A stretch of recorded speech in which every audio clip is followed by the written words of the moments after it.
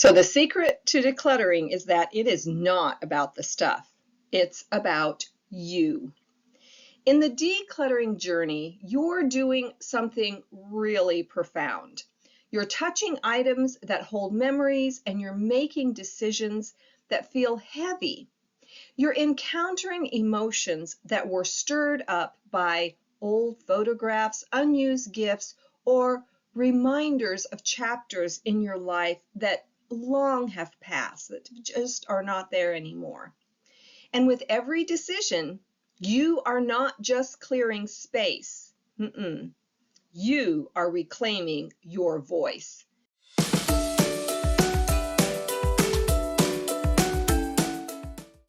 That's what this whole people-pleasing and decluttering challenge has been about. We are on the last day, on day 13.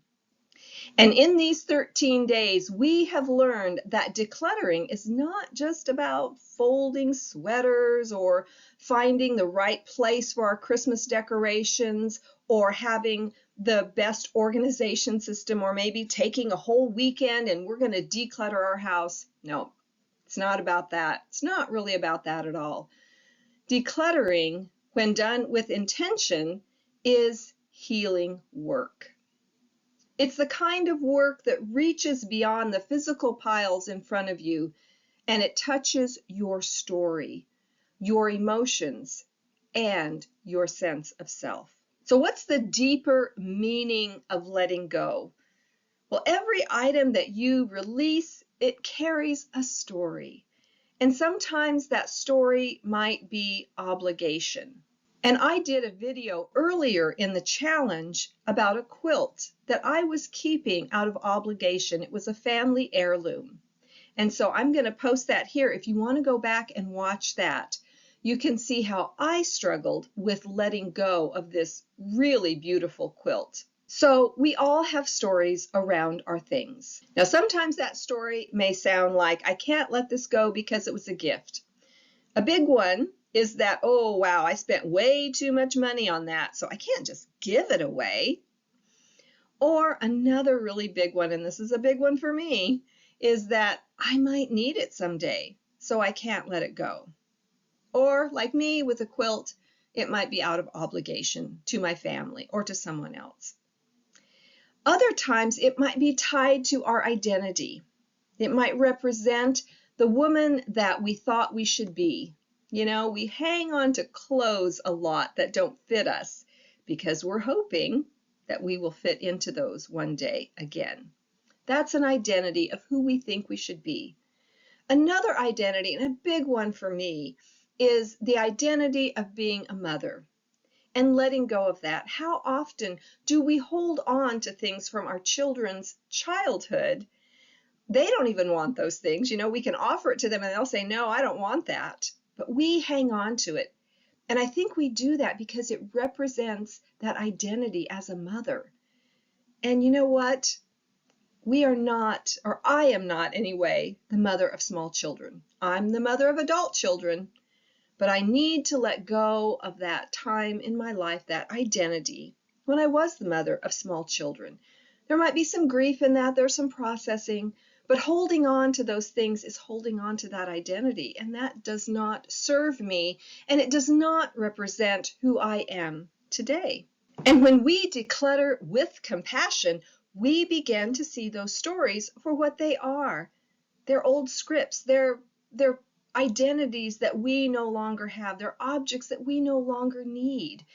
But they represent something from the past. And releasing those objects becomes more than just making room on a shelf. It becomes a way of saying, I choose the truth of who I am over the weight of what I used to be. And decluttering is an act of self-respect. Now that's a powerful statement, so let me say it again. Decluttering is an act of self-respect.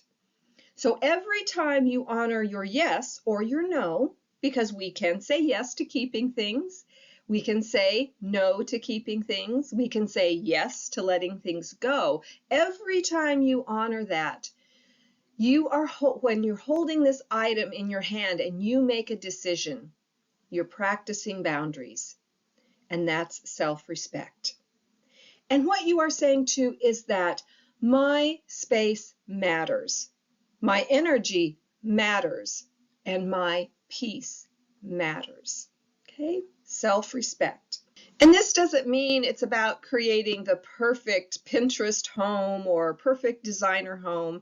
Although if that's what you desire, that's okay too. But it's more about creating a home filled with the things that represent who you are, that give you energy, things that are life-giving to you. But when a room is filled with things that make you feel guilty, that make you feel drained or stuck, that just weighs you down.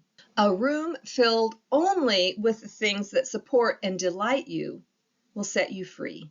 And again, that's self-respect. And one way that I often use to decide this is when I am holding that item in my hand or looking at that piece of furniture. I just pause and I feel it in my body. Does this feel like something that is life-giving to me and it makes us, brighten up? Or is it life-draining and we go down like this? That's a good way to understand if it's something you should keep or something you should let go. And decluttering is also an act of courage. It's an act of self-respect, but it's also an act of courage. Decluttering asks us to free what we've avoided. That can be hard to do. It takes courage to do that, to look into what we have avoided for years. Sometimes it means confronting grief that we let go of something that was tied to a loved one. So like the quilt I mentioned earlier, my mom had made that quilt, and there were the names of many family members on that, and it was hard to let go of that. But I knew I had to. And sometimes it can mean facing disappointment when we release something that we never used. We can feel guilt and shame that we bought it and we didn't use it. But that guilt and shame is not helping us. And releasing that thing with self-compassion that,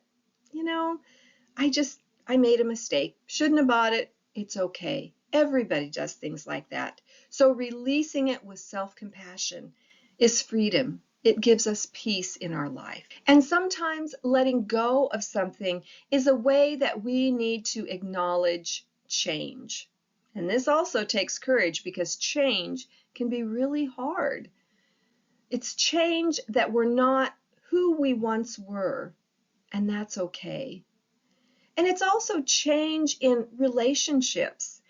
Maybe it's a gift from a friend that, that friendship has just moved on and you don't get together with that person that much anymore. Maybe you don't even see them. Maybe you live far away, but it's releasing that item is a way of releasing that friendship, and that's okay. It doesn't mean that wasn't a good friendship and that you didn't love them, but it's over, and it's okay to let go of the things. And this is why decluttering takes courage, because it's hard to do this stuff. It's not easy to let go of the old stories, the old identities. But when you do, you create room for healing. So decluttering is about healing. You create room for joy and you create room for you.